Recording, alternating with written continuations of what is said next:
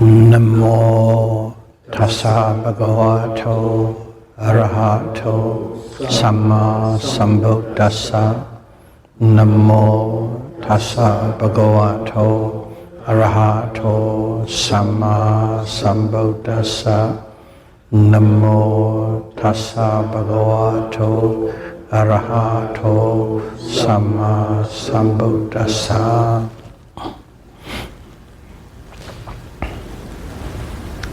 Our retreat series, Dhamma talk number 31.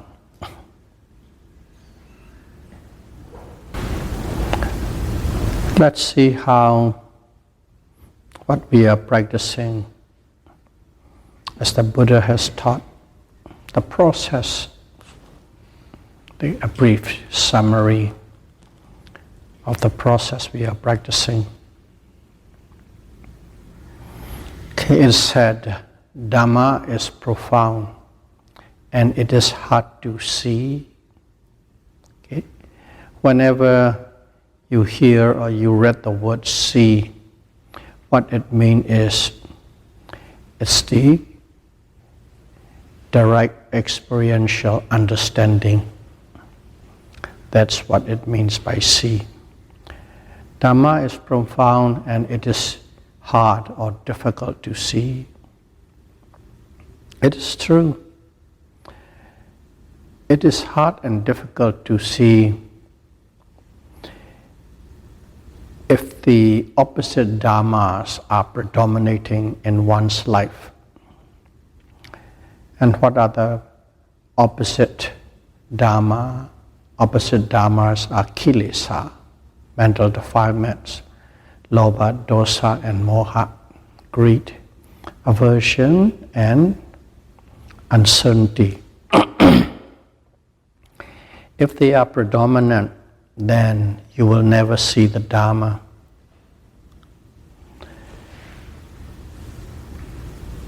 But if they are not, then it becomes very easy to see the Dhamma.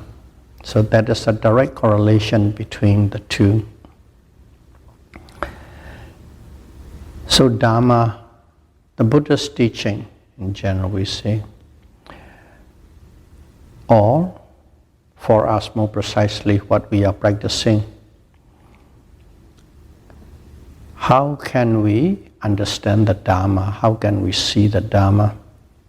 First and foremost is step by step. You have to read or listen. You read the scriptures or you listen to the Dhamma. Nowadays, it is compiled on the online, in sound or in scriptures. That's the first step. You have to read, you have to listen. And after you have read and listened, okay, you don't just superficially read or superficially listen. You must be quite intent, quite carefully listen about it. Okay? Read about it. And when you are reading or listening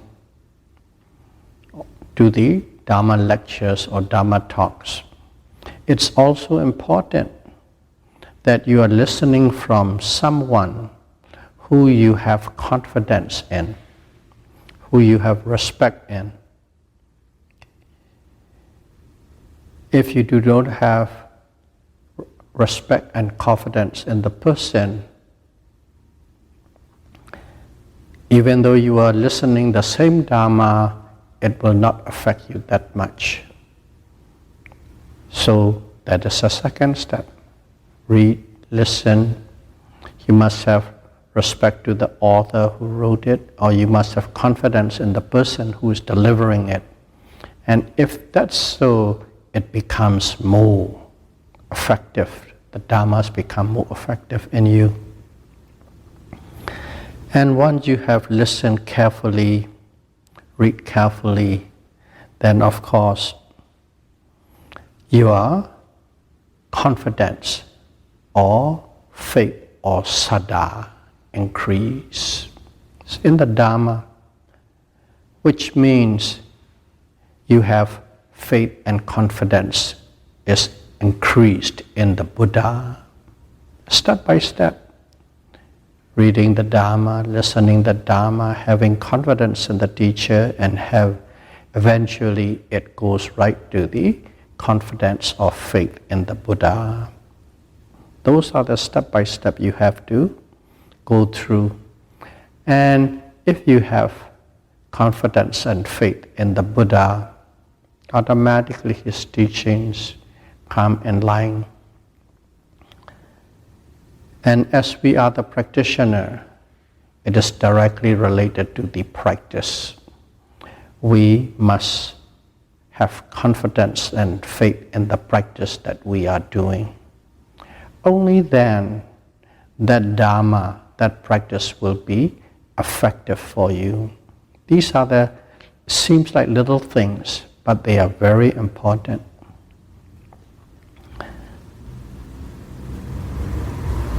Once you have confidence and faith in the practice that you are doing, okay, you are already on the first block.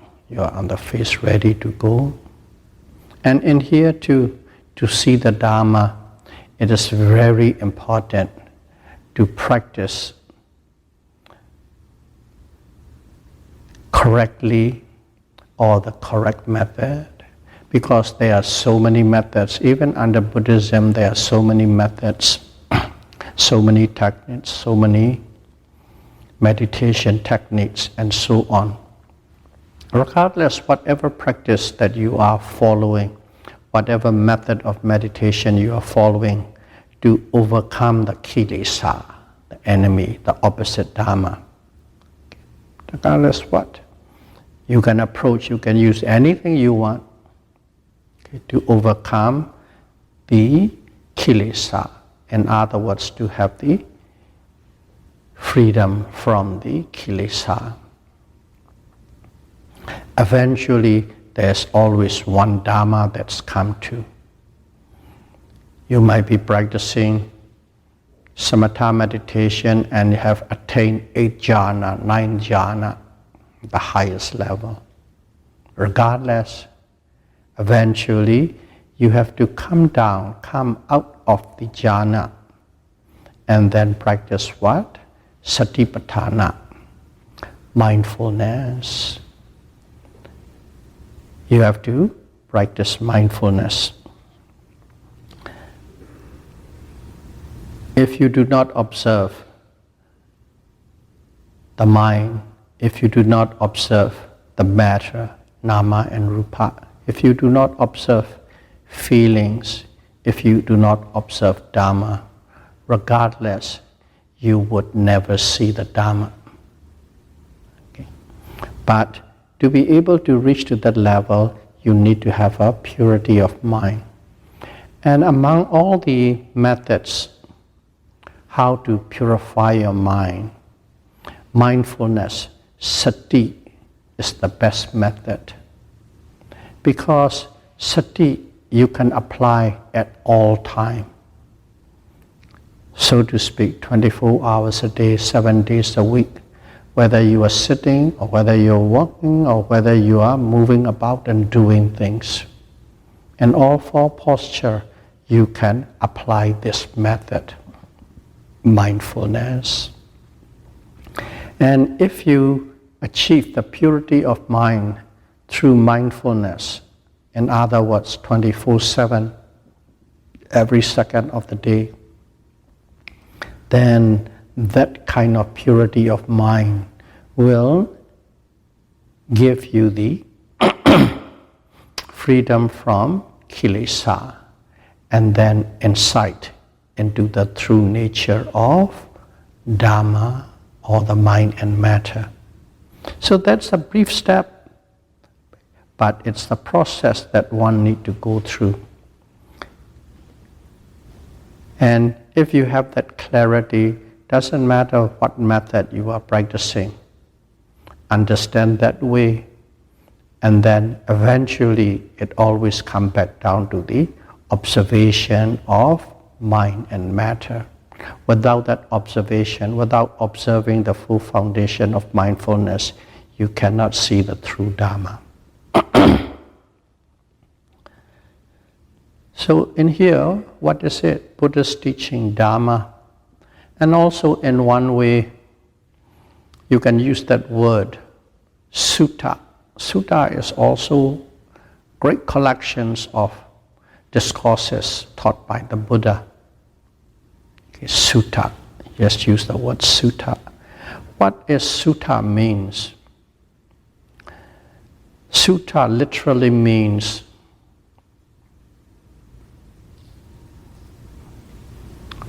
a line to frame or a line to frame.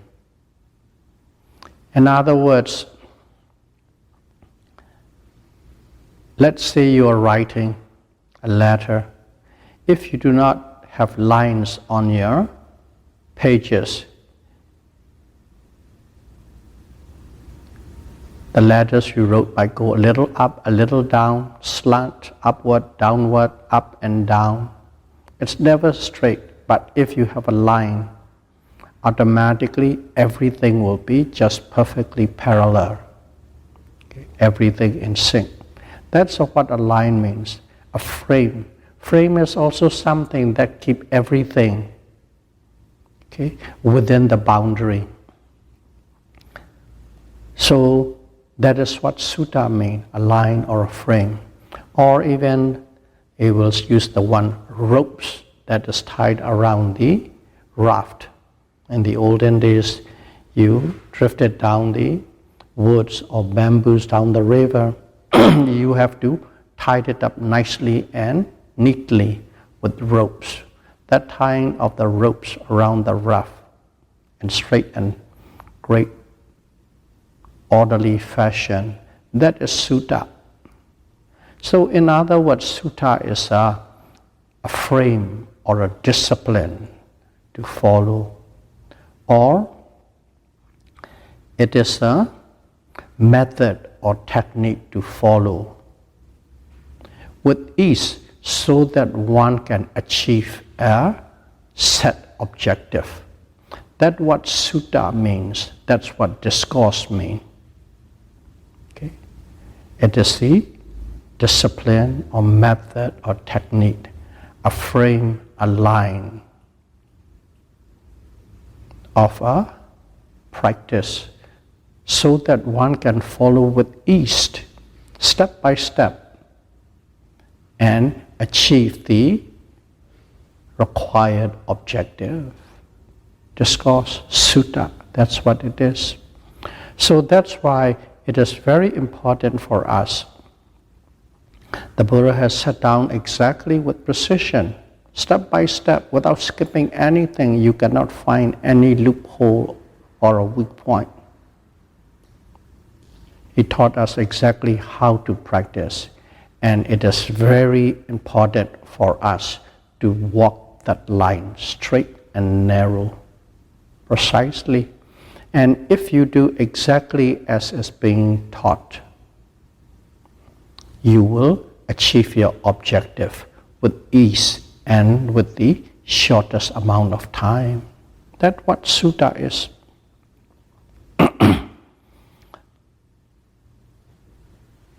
So we try to see that the sutta, another word we can try and understand it, called bhavana.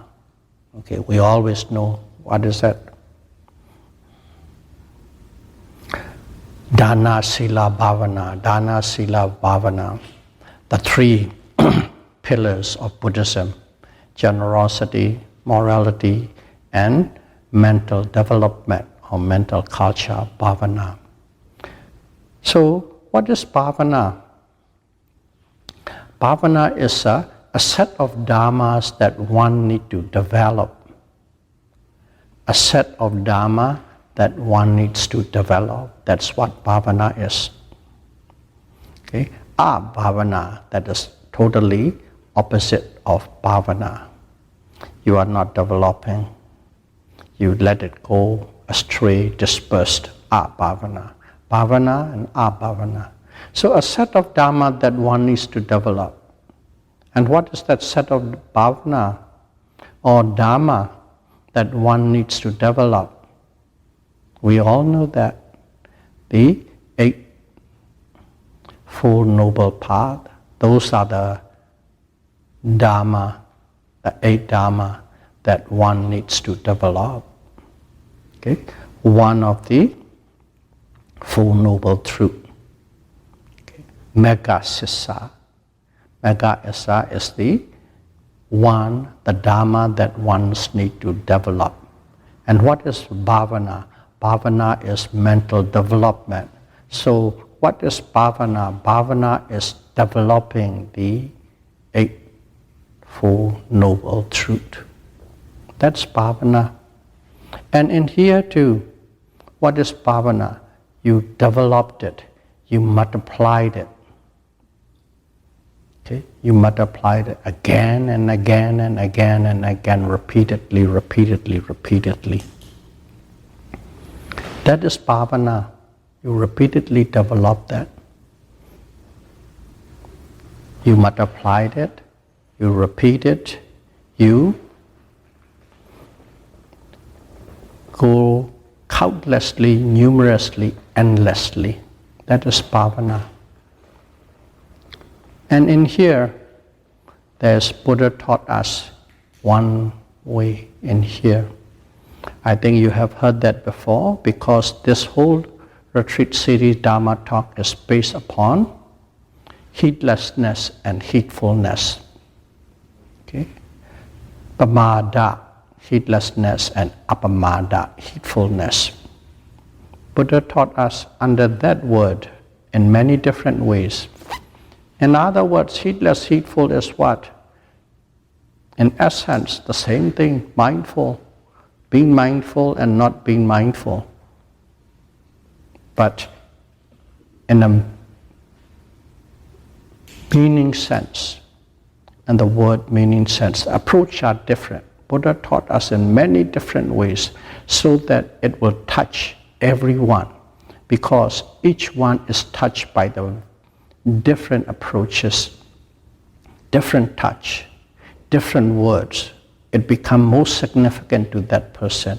That's why Buddha taught us many. And we have taught quite a few pairs of these heedlessness and heedfulness. And here one, the Buddha mentioned about this. If you remember this phrase, Pali phrase, Kusalanan Dhammanan Bhavanaya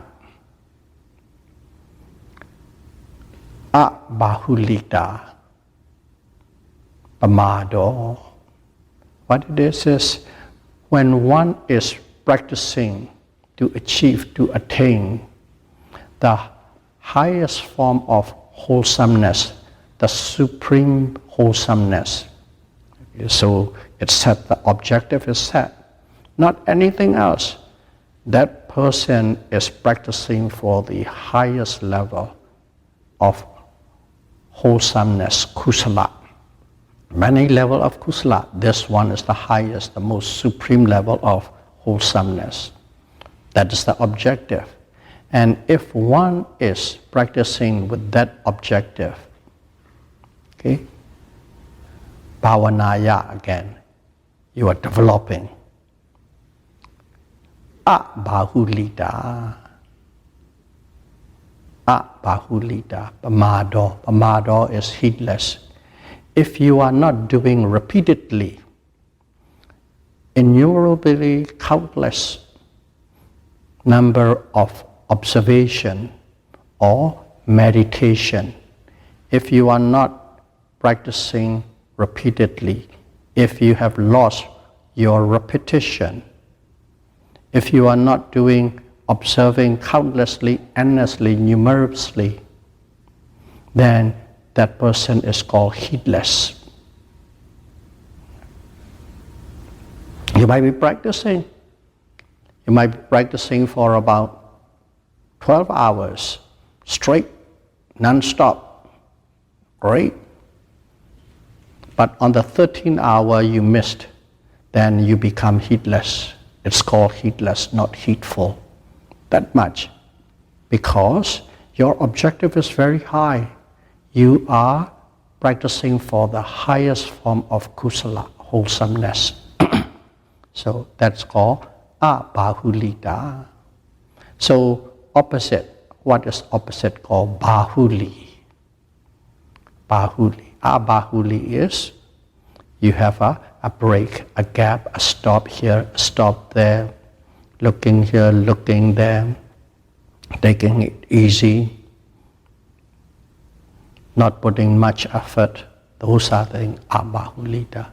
And bahuli is repeatedly, non-stop, continuously, no break, no gap, with full effort and full alertness. That is called bahuli kama, the actions of repeated actions of the highest level of observation. Okay, bahuli. So abahuli and bahuli. There's another pair. Okay, we have learned about 7 pairs before. Now it's another pair. Buddha taught us with this word, bahuli and abahuli, repeatedly. So if you are observing repeatedly, innumerably, countlessly, endlessly, again and again and again, what? Observing what? Observing the object that is arising at the moment. And if you are doing so, then it means bahuli. Bahuli kama, apamado. If you are doing like that, you are in states of heedfulness. So that is the pair, abahuli and bahuli. Just one word, but the whole phrase, you know what it intends for. So in here too, if you look at in Dhammapada, what it is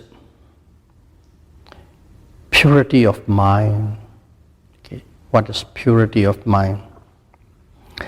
If one is practicing, okay, one must practice.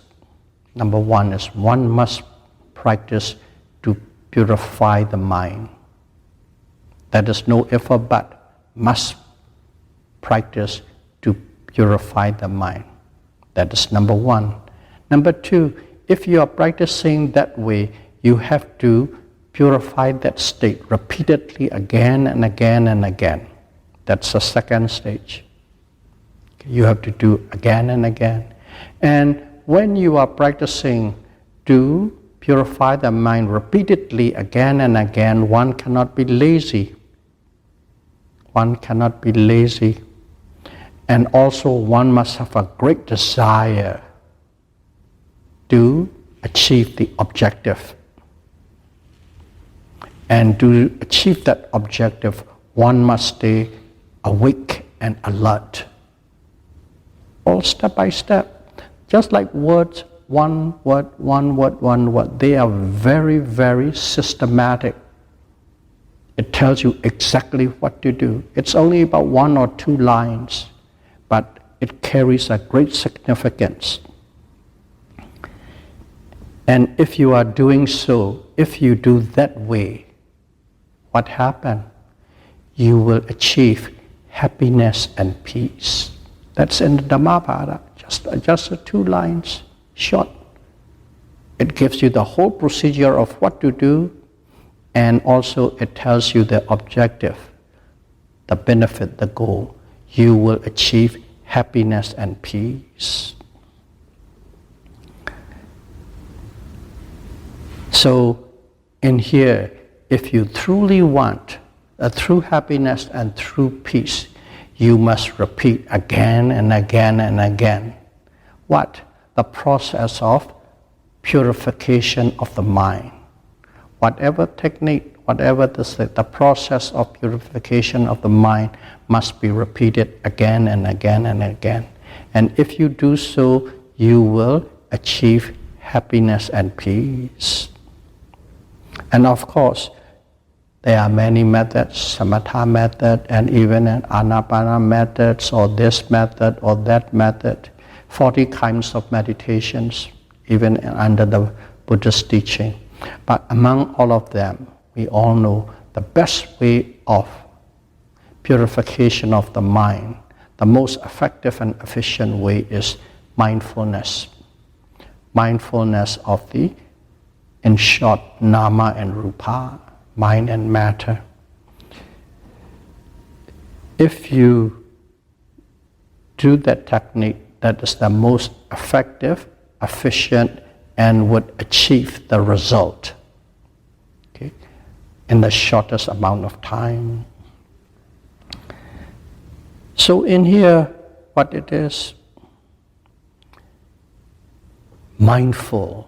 You have to be mindful. When you are say mindful, let's put it another process in. First and foremost, what are you mindful of? Dhamma and Rupa. That's the objects. Okay? It's a Rupa, material or mental object. When you are mindful, number one must be ready, all the time ready for the object of your observation. The readiness must be always there. One must be ready. Number two,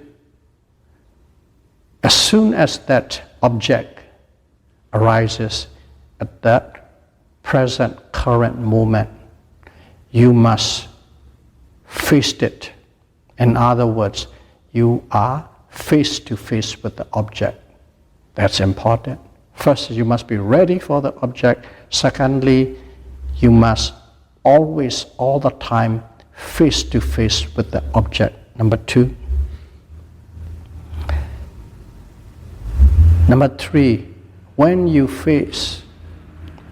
are engaging face to face with the object, you must be aware of the beginning, the middle, and the end.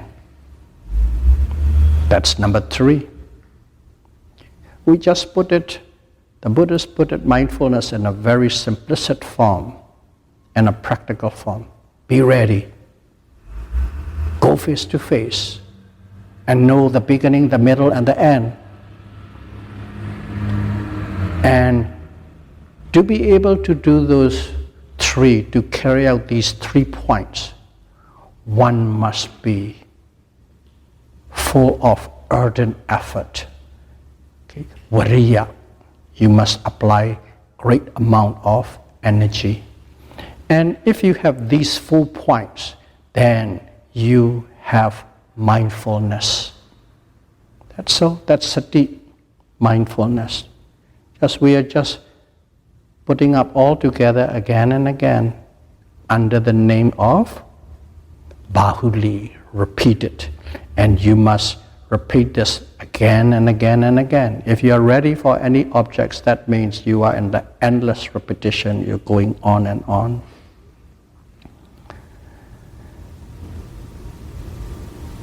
If you are facing the object, if you are engaging the object face to face, the period of beginning, middle, and the end, at that moment, what is really happening is you are in a state of samadhi, concentration. That facing the object, okay, totally and completely, engaging the object totally and completely, that means you have samadhi, concentration developed at that moment in a very powerful state. And when you have that samadhi, whatever object that you're observing, whether it's a physicality or mentality, you will know exactly as it is. You will know its true nature, which become wisdom. That's how mindfulness is. Moment to moment to moment, you will be in that state. Mindful, concentrated, insight.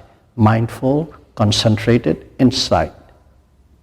The point is bahuli. You have to repeat that again and again and again, repeatedly.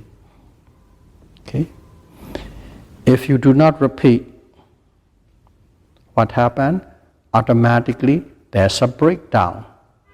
As soon as there's a breakdown, what happens?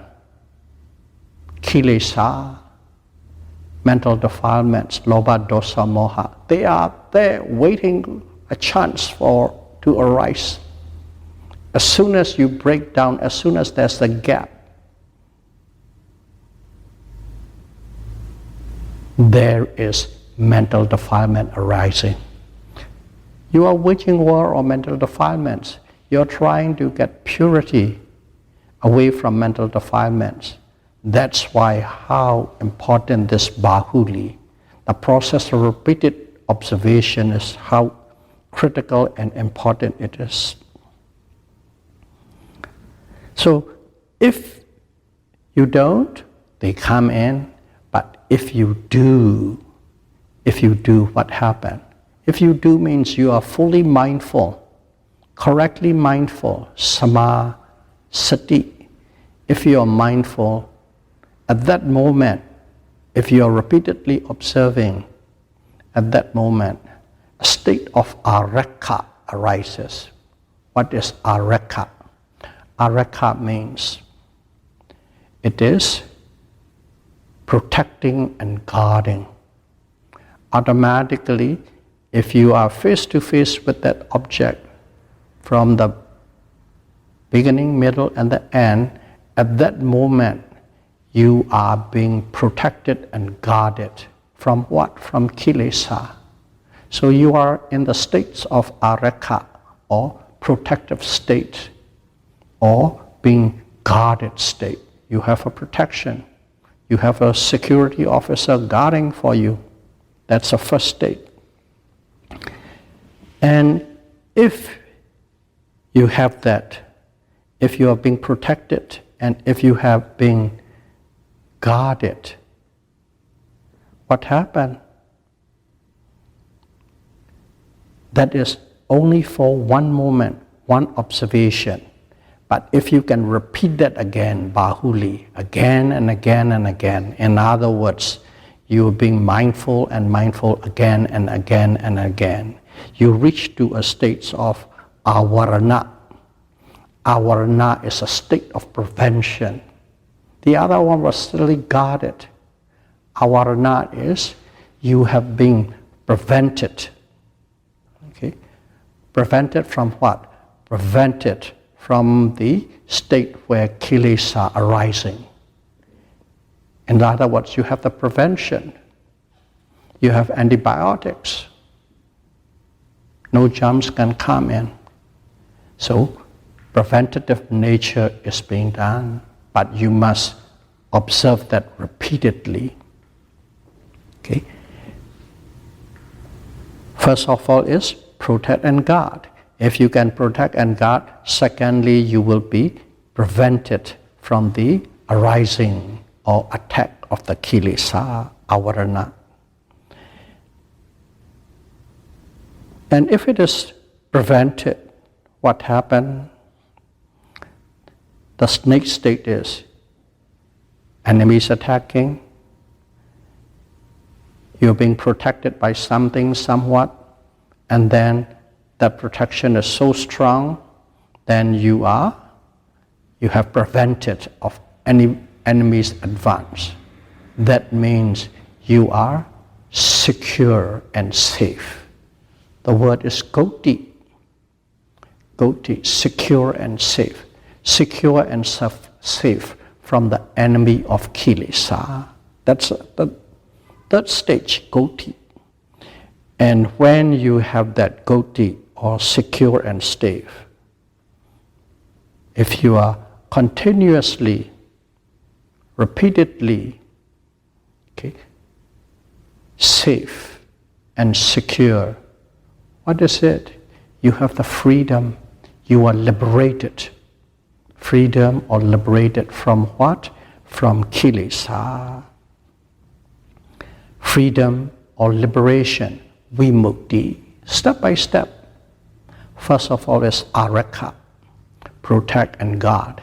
When you get a continuous protection and guarding, avarana, You have prevented the enemies to advance. And if the enemies cannot advance, what happened? You are safe and secure. Go deep. And then if you are repeatedly, continuously safe and secure, what happened? You are liberated. You are free from your enemies. 4 stages. Arakha, Avarana, Goti, Vimukti. 4 stages that goes.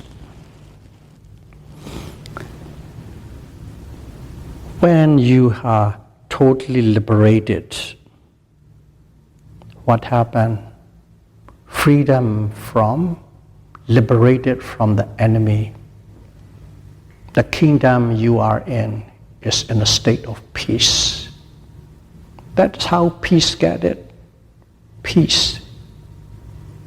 Santi. Okay, so there are many kind of peace there, but one thing is peace and happiness. Santi.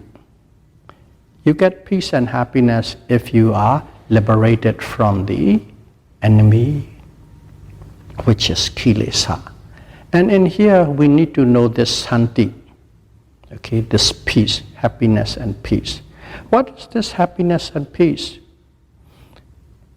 First and foremost is just exactly as the process. They have a different kind of peace. The first one is the Dinga Santi. The Dinga is momentary. Momentary peace. You get it? Again, peace. Understand that. What is peace? Peace is absent from the vibration of kilesa. Vibration of kilesa is absent. Absent from the vibration of kilesa is peace. Understand that, because as soon as we say peace, we can go wild. Precise definition. What is peace? Absence of kilesa. Absence from the vibration of kilesa. Totally quiet, calm, quietude. That is peace, what we are talking about. So in this peace too, the Dinga Santi, momentary peace. Momentary peace is whenever you are observing an object that is arising at the present moment from the beginning to the end. At that moment, you have no lobha, dosa, and moha, no mental defilements. That moment is the momentary peace. Of course, we cannot feel it, we cannot sense it, we cannot experience it, because it is just one little noting, or maybe 2 or 3 little notings. That peace is not prominent, significant, and we can't experience it, and we can't feel it. We don't know yet, but it is there. Intellectually, we can understand it. Oh, there is peace because there is no mental defilement. But you can't really experience it yet. So that is the Dinga Santi, momentary peace. And the word that we are talking comes in. Bahuli, repeatedly. Bahuli kama, repeated actions. What repeated actions? We must produce that state. We must produce that momentary peace, state of momentary peace, repeatedly, continuously, innumerable times. That is Bahuli come in. We know that's a peace, we already have the peace, but we can't experience it yet. But our job is to repeat that peace, momentary peace, again and again and again and again, repeat it endlessly. When we repeat that again and again and again, then there's a cumulative power comes in. Cumulative power.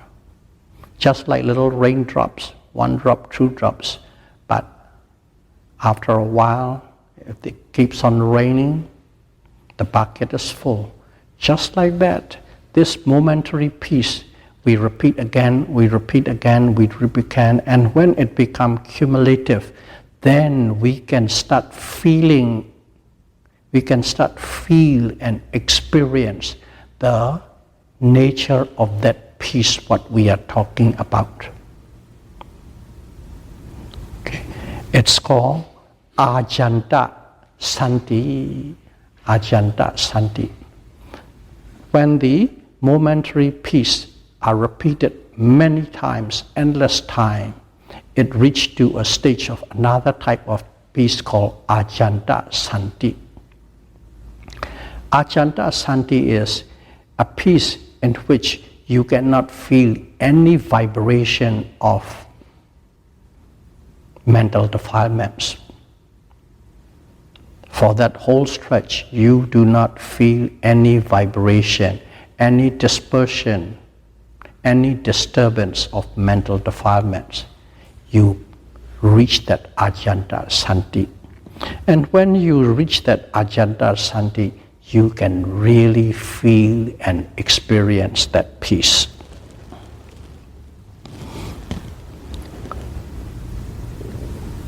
To have that, what? You must do bahuli, repeat it again endlessly without a break and a gap. And that peace is called the Ajanta Santi. It's all the, how should I phrase it? That is where the disappearance of suffering arises. At that moment, another way to put it is that no dispersion, no vibration of kilesa.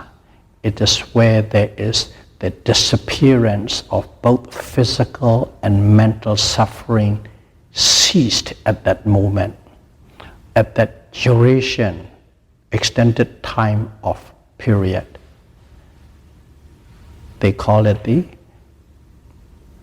element of extinguishing, or extinguished element, whichever way you understand. What does it extinguish? The suffering.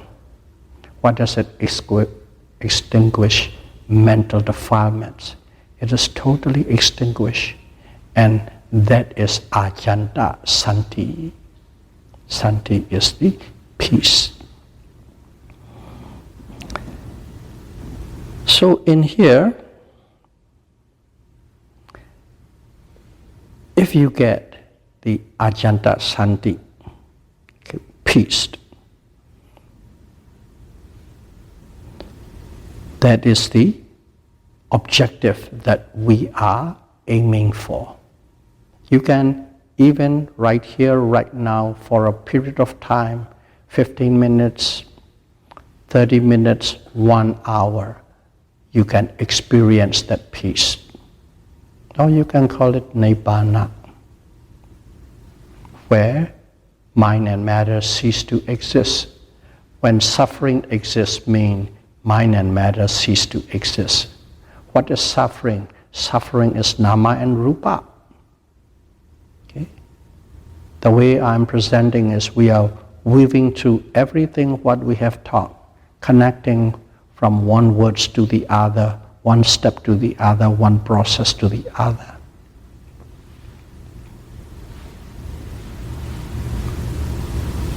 Extinguishing of kilesa, extinguishing of physical and mental suffering. That means cessation of mind and matter. It could be 15 minutes, it could be 1 hour, it could be a few hours. In this very life, you can experience it. But you need that Dhamma Buddha gave us, bahuli, the proper, correct observation, repeated endlessly, innumerable time, without a break and without a gap, with great effort, putting it within the frame, right on the line. that must be exercised and put it. So that is Ajanta Santi, and one way of calling the Nibbana. So we talk about Santi, Santi, Santi. In here, as we have time, I like to put in another one. We should know another Santi, another piece. It calls Samuti Santi. Samuti. Samuti Santi is nominal peace. Peace, the way we understand, everybody understand. Nominal peace. Okay?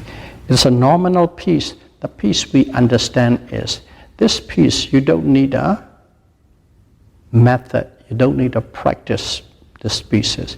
You feel very peaceful, you feel safe, you feel secure, you feel fantastic. But you don't need to do any personal effort and practice and great ardent energy. But what you need is the faith, a blind faith in a higher power, a blind faith in a supreme power, a blind faith in a supreme being, a savior, a deva, a god, a deity, supreme deity, believing, but not the ordinary belief, but one blind belief, and it is a belief with no exception. When you believe that way, you also find peace. You feel very peaceful. Some of the people who are practicing and they believe in a certain deity and they just practice that deity technique, and you felt like you become one with the deity and you feel great peace too. And that peace, we call it Samuti Santi, because that peace doesn't last forever. As soon as you believe in that deity or supreme being, you have that peace. But that can change, that always changes. With the changing conditions, with the changing environment, or a certain thing comes up, a situation or a condition come up that contradicts that belief, automatically at that moment that faith broke down. When the faith broke down, also your peace broke down. So that is a peace believing in something, that something is protecting you, guarding you, preventing all the danger, giving you liberation from all the enemies. That's it, the steps are the same, but the source is different. The other source is what? Ajanta Santi. Nobody can give it to you. You can't depend on anybody. You must depend on yourself, and you must put great effort. An effort like that you have never put before. That kind of process is required to have this. This one is, you don't have to work hard. You can be even a slouch, a lazy. All that you do is the great devotional blind belief. And if you believe that, you can have that kind of Samuti Santi, which lasts as long as the condition is right. Once the condition change, that peace is gone. So that kind of Samuti Santi should be understood. Those are for lazy, dependable, lazy people, like dependency or dependent nature of people, and people who like free lunch, or it is a process, it's called self-convincing process or brainwashing yourself. That kind of nature That kind of people like that kind of peace. They always depend on something. But we all know there is no such thing as what we call free lunch. You pay somewhere, somehow, in some other way. That Samudhi Santi should be understood in conjunction with the Dinga Santi, momentary peace, and Ajanta Santi, the peace where all suffering cease to exist. And Buddha taught all these things, explanation. Okay, explanations are explained by various great teachers down the centuries of lines. I'm not just creating or making it up. But the Buddha teaching is Kusalanam Bhavanam. Bhavanaya, Kusalanam Dhammanam Bhavanaya, Bahuli, Kama Pamado, heedless and heedful, just tipping on that one little word, Bahuli and Abahuli. Through that, the Buddha taught us. So in here, we have seen this, and the same thing, we use the word Bahuli. And there's another pair of words the Buddha taught us in a different way. Won't go into details, but will give you that word. Aditana. Aditana is determination. Anaditana, no determination. Determination is you stand firm and strong, unwavering, unmovable towards a cause, towards a project, towards a job. Anaditana is push over, easygoing, you change your mind, you can't decide your mind. That word aditana and anaditana. Again, Kusalanam Dhammanam Bhavanaya. Anaditana Pamado. If you are not resolute, then you are heedless. But aditana kaman. If you are resolute, then it is apamado. You are heedful. But these are the level for what? You are practicing for the highest level. The highest level of kusala, wholesomeness. So, under these two pairs of words, Bahuli Kama and Abahuli Kama, Aditana Kaman and Anaditana Kaman, Buddha taught us how to practice what? The full foundation of mindfulness. So may all of you be able to practice this full foundation of mindfulness repeatedly, Bahuli Kama, and resolutely, Aditana Kama, and may you be able to experience Ajanta Santi, supreme peace, as soon as possible.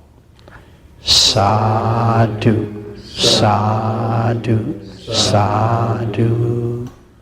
Buddham Pujami. Dhammam Pujami.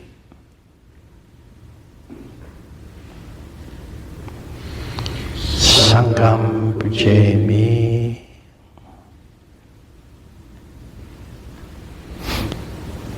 Thank you very much.